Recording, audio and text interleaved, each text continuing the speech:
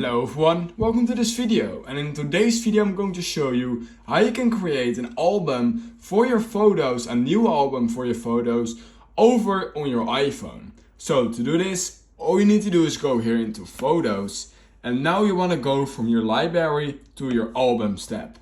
Now you want to go to the top left corner of your screen and you want to click on the plus sign right here, and you want to click on New Album. We're going to create an album, so you need to name the album. I will just name mine Test for now, but you can choose whichever name you like, of course. Then click on Save. And what we're now needing to do is, of course, add photos. You need to have at least 2 photos in your album, so make sure to add the photos you want and then simply click on Done.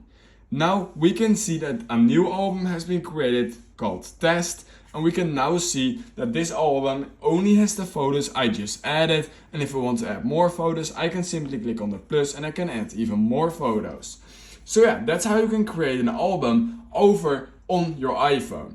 If you learned something from this video, I would highly appreciate it if you would like this video, subscribe to my channel, and I hope I will see you in my next YouTube tutorial video.